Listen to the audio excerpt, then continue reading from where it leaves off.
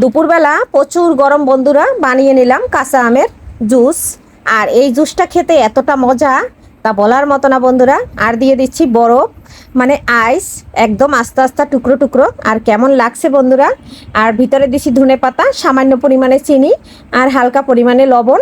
চিনিটা আমরা সবাই খুব কম খাই, মিষ্টি জাতীয় খাবার একদম বাসায় কেউ খায় না, তার জন্য বন্ধুরা একদম পরিমাণে কম দিয়েছি।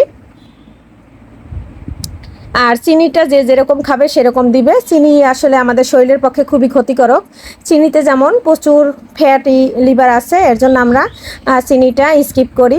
আর যেহেতু ডায়াবেটিস আছে বাসায় তোমার দাদা ভাইয়ের, এর জন্য আমরা চিনিটা খুবই কম দেই।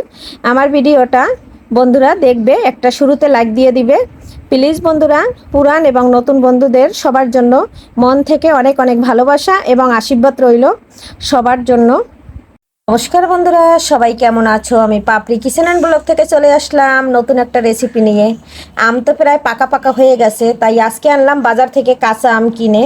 আজকে আমের শরবত বানাবো আমি আর আমার মা আর আমার ছেলে খেয়ে নেব। আর আছে আমার ছোট্ট পিচ্ছি মা, আর কি আমার মা না, আমার ছোট্ট পিচ্ছি মা।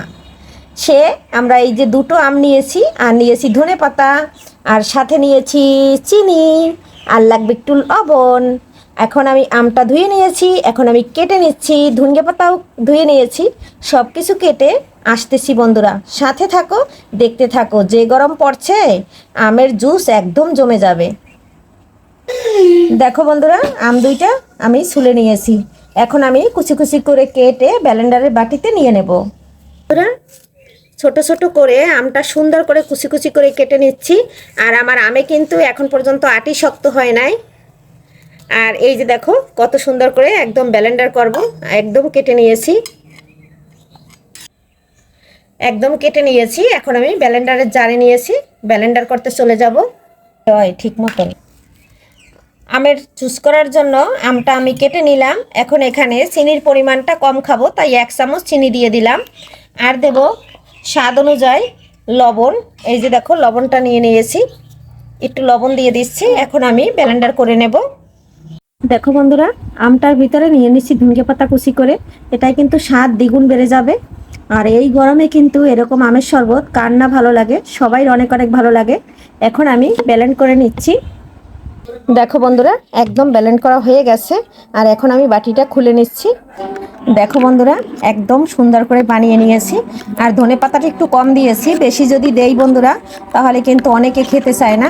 আর কত সুন্দর হয়েছে। এখন আমি এটা 4টা গ্লাসে ঢেলে নেব, যেহেতু এখানে আমি বড় সাইজের 2টা আম দিয়েছি। দেখো বন্ধুরা, 4টা গ্লাসে কিন্তু আমি সমান ভাগে ভাগ করে নিয়েছি। এখন আমি এখানে ঠান্ডা জল মিশাচ্ছি, তারপরে দিয়ে দেব 1 টুকরা বরফ। তাহলে আমার আমের শরবত বা আমের জুস একদম রেডি, কাঁচা আমের। দেখো কত সুন্দর, একদম গ্লাসে, প্রতিটা গ্লাসে সমানভাবে জল দিয়ে নিয়েছি। এখানে দেখো আইস নিয়ে নিয়েছি। এখন আমি আইসগুলো দুটো দুটো করে দিয়ে দেবো এক একটা গ্লাসে, যেহেতু দুপুরবেলা খাবো।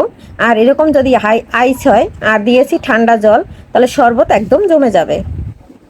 এই যে দেখো বন্ধুরা, একটা একটা গ্লাসে আমি দুটো করে দিয়ে দিচ্ছি, এপাশেও দুটো করে দিয়ে দিচ্ছি। সবকটা গ্লাসে আমি 2 পিস দিয়ে দিচ্ছি। আর একদম জমে যাবে বন্ধুরা। সব দেয়া শেষ আমার। আর কেমন হয়েছে অবশ্যই বন্ধুরা জানাবে। আর দেখো, দেখতে যেরকম লোভনীয় হয়েছে, খেতে কিন্তু দারুণ লাগবে। খুব সুন্দর একটা কালার আসছে। ধনিয়া পাতা না থাকলে বন্ধুরা পুদিনা পাতাও দিতে পারো, কারণ আমার বাসায় পুদিনা পাতা নাই। আর পুদিনা পাতা আমরা কেউ পছন্দ করি না, এর জন্য দেওয়া হয় না। দেখো কত সুন্দর লাগছে। আর ঠান্ডা ঠান্ডা কুলকুল, কে কে খাবে চলে আসো।